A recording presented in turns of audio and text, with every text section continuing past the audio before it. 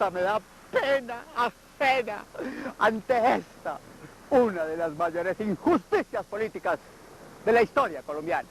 Espero que en esta intervención no me tiemble la voz y que pueda hablar con la misma hidalguía y la misma energía que siempre lo he hecho aquí en el Congreso de la República, y que hoy, a cuenta de mentiras, de falsedades, de actuaciones que nos endilgan a nosotros, nos tengan en la picota pública, sin tener oportunidad, repito, de que nos escuchen. No es la primera vez que soy conciliador, y tengo clarísimo que lo que han dicho algunos compañeros aquí es falso jurídicamente, y además es falso a la luz de la jurisprudencia jurisprudencial, porque no es cierto. A la luz de la jurisprudencia jurisprudencial, porque no es cierto. Nosotros, a los que nos tocó ser el anterior gobierno, que es cierto, de la oposición, viniéramos a defender escándalos nacionales como el tema de las chuzadas, como el tema de agroingreso seguro. Que dice que nos reunimos a conspirar. Qué feo ese mensaje.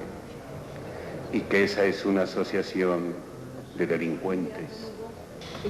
Qué triste ese mensaje para Colombia, y qué daño tan perverso para nuestra familia.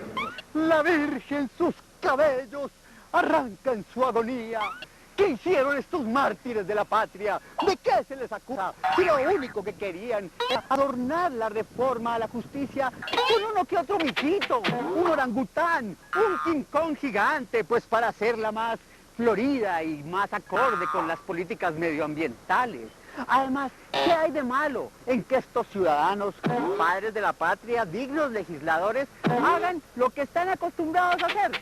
Las leyes a su acomodo. Lo único que querían era poder empujar algo que desde hace mucho tiempo ha querido empujar alguien que definitivamente es una inspiración en mi vida, el doctor Juan Manuel Corzo, y es eso de inmunidad, ¿para qué nos pueden?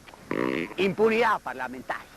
Se sentó un precedente, bueno, no podemos decir que se sentó un precedente porque han habido movimientos civiles y de estudiantes muy poderosos de la historia colombiana, como fue el movimiento de la séptima papeleta y otros, pero digamos que la indignación de las personas, los medios de comunicación que estuvieron siempre muy pendientes, y la oportunidad de mucha gente de opinar por esa nueva herramienta que se llaman las redes sociales y que ya deben estar viendo cómo las clausuran, tuvo mucho que ver en que esta reforma criminal no pasara.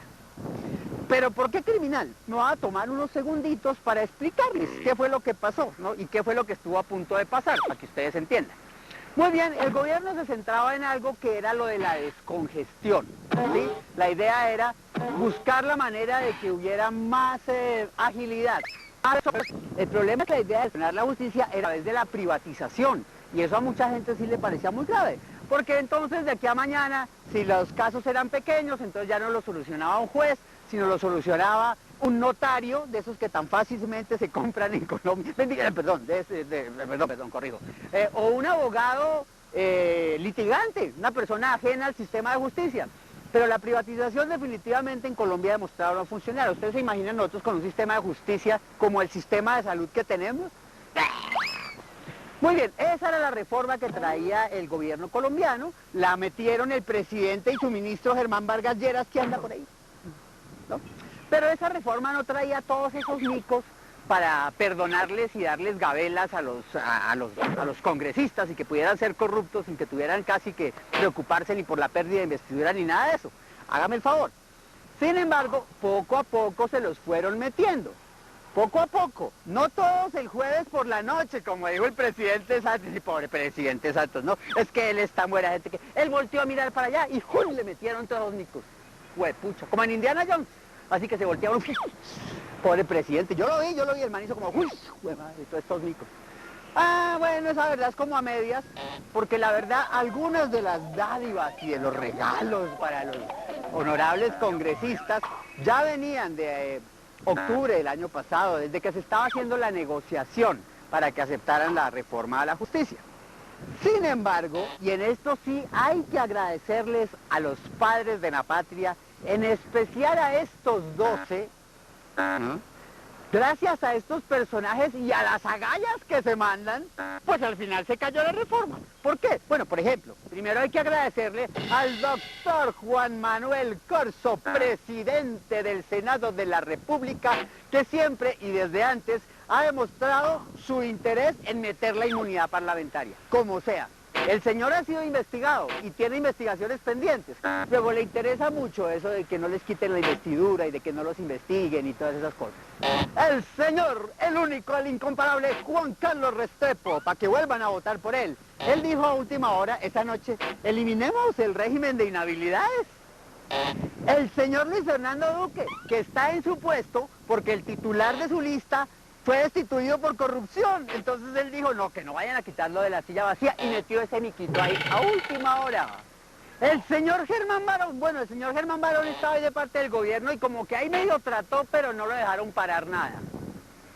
El señor Jesús Ignacio García Chucho, él siempre ha estado a favor de votar por estas leyes necesarias para el país. Es famoso porque ya hace unos años fue el que metió y votó a favor de los narcomicos. Uno de ellos decía, por ejemplo, que los honorables padres de la patria no podían ser investigados por dineros provenientes del narcotráfico. El favor, y sigue ahí, y votó aquí. El señor Martín Emilio Morales, otro de los conciliadores, íntimo de la doctora Zulema Hattin, que le esté yendo por allá bien en su presidio a la doctora Zulema Hattin. Claro, el señor Martín Emilio pues tiene unas investigacioncitas por nexos con paramilitares luego. Le convenían los miquitos, ¿no? El señor Orlando Velandia, que no alcanzó a meter este mico, pero lo propuso, y era que antes de ir a juicio a la Corte Suprema, los congresistas tuvieran un prejuicio. Roosevelt Verónico, él era de parte supuestamente del gobierno del presidente Santos, o sea que él debió haber parado esos micos, o haber informado por lo menos. El señor, y este sí es importante aquí, que metió de orangután de esta reforma, que era quitarle facultades a los miembros del gobierno y del Congreso, y mejor dicho, si hubiera entrado la reforma en vigor, con ese mico estaría hoy paseando por la calle el doctor Iván Moreno, todos los doctores parapolíticos, como debe ser, ¿no? Carlos Eduardo Osorio, que él salió a decir, ¿cómo cuáles micos orangutanes? Si esto lo habíamos discutido en las sesiones del Congreso, la pérdida de la doble instancia. Pero los de esa noche no se habían discutido, o sea que micos y orangutanes sí habían. El doctor Gustavo Puente, su merced, paisano mío de las nobles tierras de Boyacá, que dice que siempre actuó de manera transparente y que los 27.000 boyacenses que votaron por él saben que es un tipo recto. Yo quisiera saber quiénes son los 27.000 paisanos míos que votaron por este personaje. Cuenten sus mercedes, ¿a dónde los invitaron a almorzar? Diga, ¿qué fue?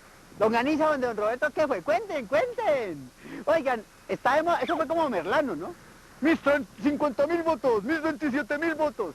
Ah, si en este país funcionara la democracia, yo hasta le creo al doctor paisano, pero al final dijo que al caerse la reforma a la justicia, perdía el país. Sí, pierde el país político, yo sí creo.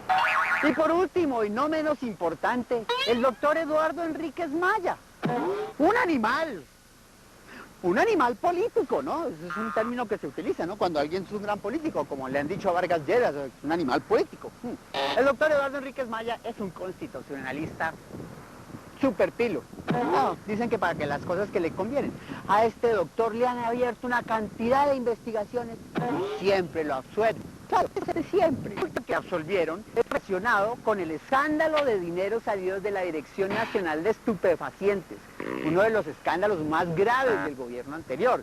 Pues muy bien, al señor lo absolvió un grupo de 3 magistrados, entre los cuales estaba uno de a los que le ampliaban el periodo de 8 a 12 años con esta reforma política. Señoras y señores, este es el resumen. Y lo que hay que agradecerles a estos padres de la patria es que si no hubieran sido tan agalludos, tan ambiciosos, de hasta en el último momento tratar de meter estas leyes a favor de ellos, pues la reforma se hubiera pasado.